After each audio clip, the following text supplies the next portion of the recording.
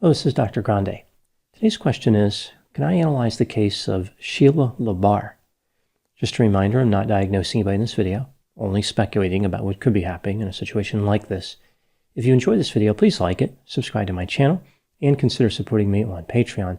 I will put the link to Patreon in the description for this video. First, I'll look at the background of this case, including the timeline of the crimes, then offer my analysis. Sheila LaBarre was born in Fort Payne, Alabama on July 4, 1958. She was the youngest of 6 siblings. Her father had difficulty regulating his intake of alcohol and was violent towards Sheila, her sister, and her mother. Sheila lived in fear and was mistreated in a variety of ways. Sheila graduated from high school in 1976. She had hopes of becoming a model, but ended up working as a housekeeper in a motel along with one of her sisters. Sheila had a couple of failed marriages. One of her husbands accused her of being mentally unstable. During their marriage, she tried to bring an end to her own life. Sheila was romantically involved with a few people over the next few years. She ended up in Tennessee, which is where she saw an ad placed by a 60-year-old chiropractor named Bill LaBarre, who was visiting the area. He lived on a 115-acre horse ranch in Epping, New Hampshire. Bill's wife had died in 1983. He was now ready to, once again, find love. Sheila responded to Bill's ad by sending him nude photos she had taken with a Polaroid camera. Bill was immediately taken with Sheila. He purchased her a wide variety of expensive gifts. He had found the perfect match for his desires, someone who knew how to remove their clothing. In 1987, Sheila moved to New Hampshire to live with Bill on his farm. Bill and Sheila were never married, but Sheila started referring to herself as Sheila LaBarre. She would later claim that Bill was supportive of this decision, and he considered them to be in a common-law marriage. Bill had a number of other girlfriends in New Hampshire, but Sheila chased them all away. Sheila continued to live with Bill on his farm until he died 13 years later. She became a managing partner in his practice and took control over all his finances. He even gave her power of attorney. Bill pretty much let Sheila do whatever she wanted. Over the next few years, Sheila's relationship with Bill was strained. The police were called many times. They suspected that Sheila was the aggressor. On one occasion, Sheila allegedly pulled a gun on Bill. He hid behind a boulder as she shot at him. People who knew Bill suggested that he had changed from a confident, responsible, and well-liked member of the community to a submissive man. In the mid-1990s, when Bill was still alive, Sheila became romantically involved with a Jamaican man named Wayne Ennis, who she had hired to work on the farm. Sheila would later claim that Bill was supportive of her having other lovers. Wayne moved into Bill's house. In December of 1994, Sheila accused Wayne of attacking her, yet the couple stayed together. Sheila and Wayne would get married on August 22, 1995. In December of 1996, the police were called to the LaBarre farm. Wayne claimed that Sheila had attacked him after he caught her in bed with another man. Both Sheila and Wayne were ordered by the court to complete an alternative dispute resolution program. It does not appear as though the program was too helpful. In April of 1997, Sheila was granted a restraining order against Wayne. Wayne would later say that Sheila tried to get him to kill Bill LaBarre. Sheila continued to have a number of lovers. Neighbors claimed to have seen several men leaving her house who looked like they had been beaten up. For 6 years, Sheila was with a man named James Brackett. Over the course of their relationship, she tried to run him over with a vehicle, she scratched his face, and she shot at him. Bill LaBarre died in February of 2000. The authorities believe he had a heart attack. Some people thought that perhaps Sheila was involved in his death, but the autopsy revealed his heart disease was quite advanced. Sheila claimed that she was in a common-law marriage with Bill, therefore she should get all his money and property. His children from another relationship wanted to fight her in court, but it was too expensive and they were not guaranteed a victory. Sheila ended up inheriting everything that Bill owned, including his farm, a rental home, and his chiropractic office.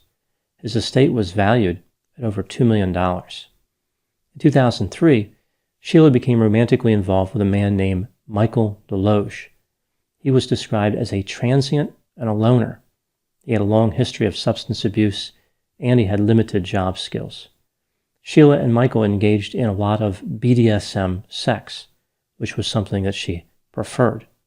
In 2004, Michael moved onto Sheila's farm. It appears as though she financially exploited him and mistreated him in other ways.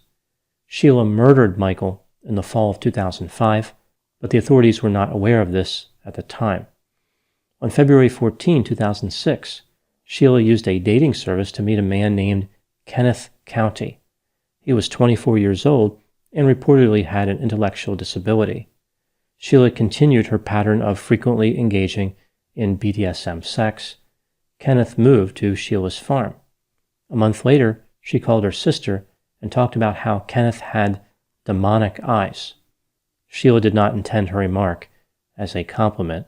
The last time Kenneth was seen in public was March 17, 2006. Sheila and Kenneth had traveled to a local Walmart and purchased diesel fuel containers. Kenneth was in a wheelchair. Witnesses said that he had bruises on him and appeared to have suffered burns. The witnesses notified the police. As the police were on their way, apparently Sheila grabbed a disposable camera and started taking pictures all over the store.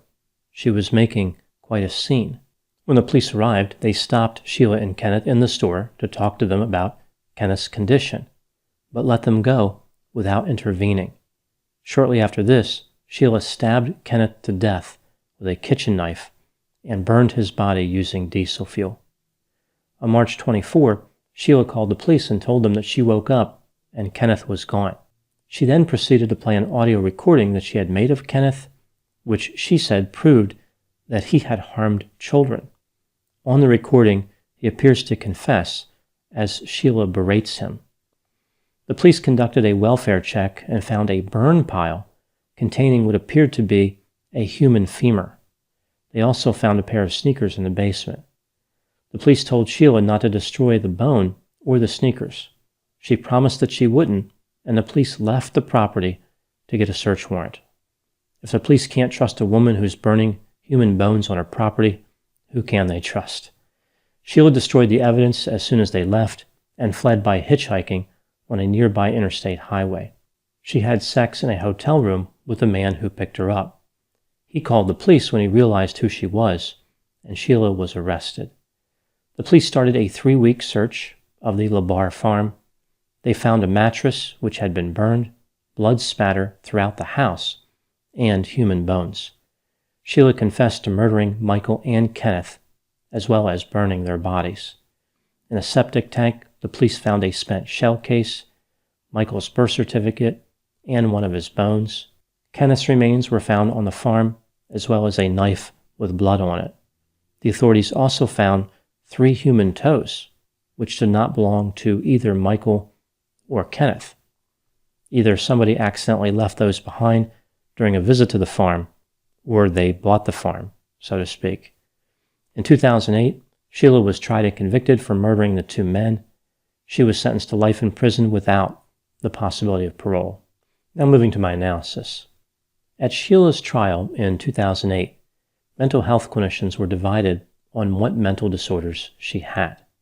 Some mental health clinicians thought that she had schizoaffective disorder and delusional disorder, which is interesting considering that these 2 disorders would almost never be diagnosed together. Typically, if somebody was diagnosed with schizoaffective disorder, they would not be diagnosed with any other disorder involving psychosis. Schizoaffective disorder is characterized by symptoms of schizophrenia along with symptoms of bipolar disorder. It's really like schizophrenia and bipolar disorder put together.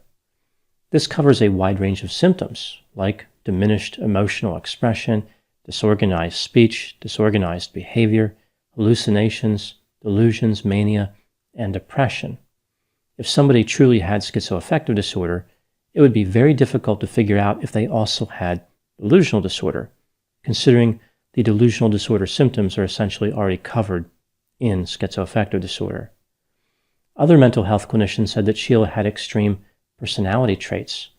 She had features from borderline, antisocial, and paranoid personality disorders.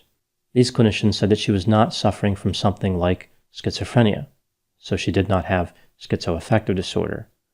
She was simply too functional throughout her life for any diagnosis related to schizophrenia. Several clinicians agreed that Sheila was hypersexual and was specifically interested in sadomasochistic sex. The prosecution argued that Sheila was just plain mean. She was controlling, jealous, and manipulative. She did not have a long-term psychotic illness. Sheila's defense argued that she lacked criminal responsibility, which is New Hampshire's version of not guilty by reason of insanity. They said that she clearly became increasingly psychotic over the years. Her illness progressed until it reached a level of severity which facilitated violence. Sheila had been mistreated when she was younger, which explained her unusual sexual preferences. In the state of New Hampshire, the burden of proving insanity falls on the defense. The defense failed to meet this burden, but the question remains: was Sheila LaBarre not guilty by reason of insanity? I will review the two major theories in this case and offer my thoughts about which one I think is a better explanation. Theory number one: Sheila was promiscuous and appeared to be drawn to men who were submissive. She worked to identify one submissive man after another and engaged in a string of relationships characterized by violence. The murders were simply an extension of this behavior. It wasn't so much that her mental illness was progressing, rather her fantasies were progressing.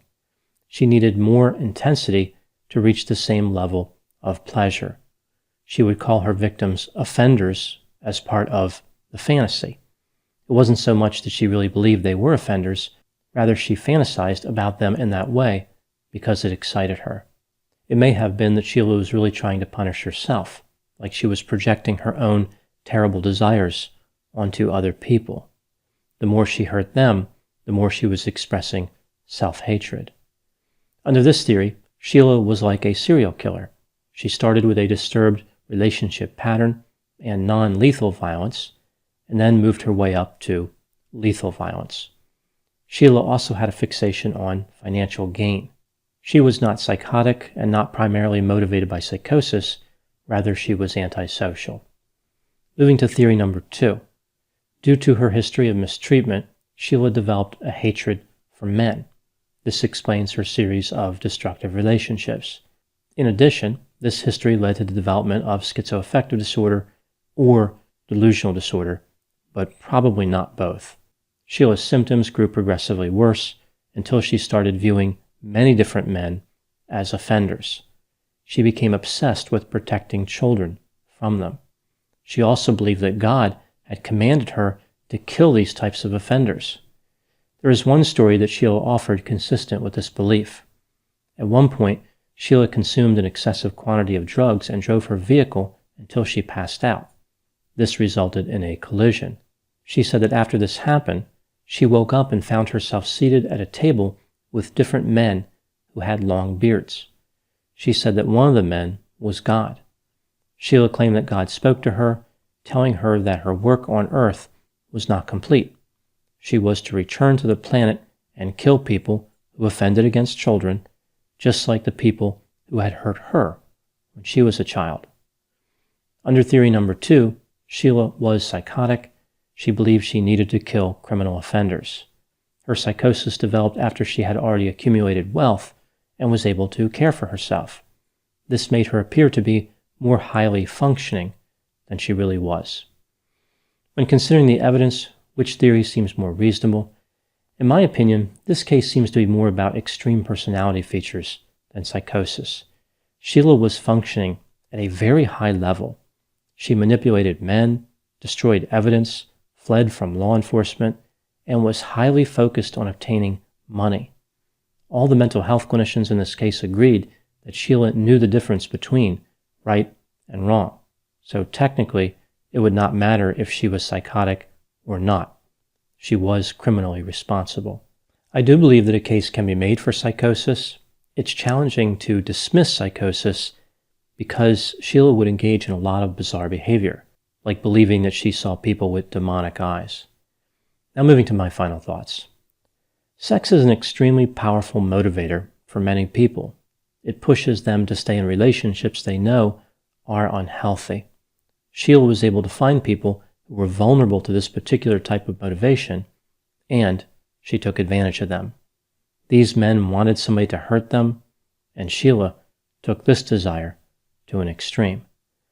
Those are my thoughts in the case of Sheila LaBarre. Please put any opinions and thoughts in the comment section. They always generate an interesting dialogue. As always, I hope you found my analysis on this topic to be informative. Thanks for watching.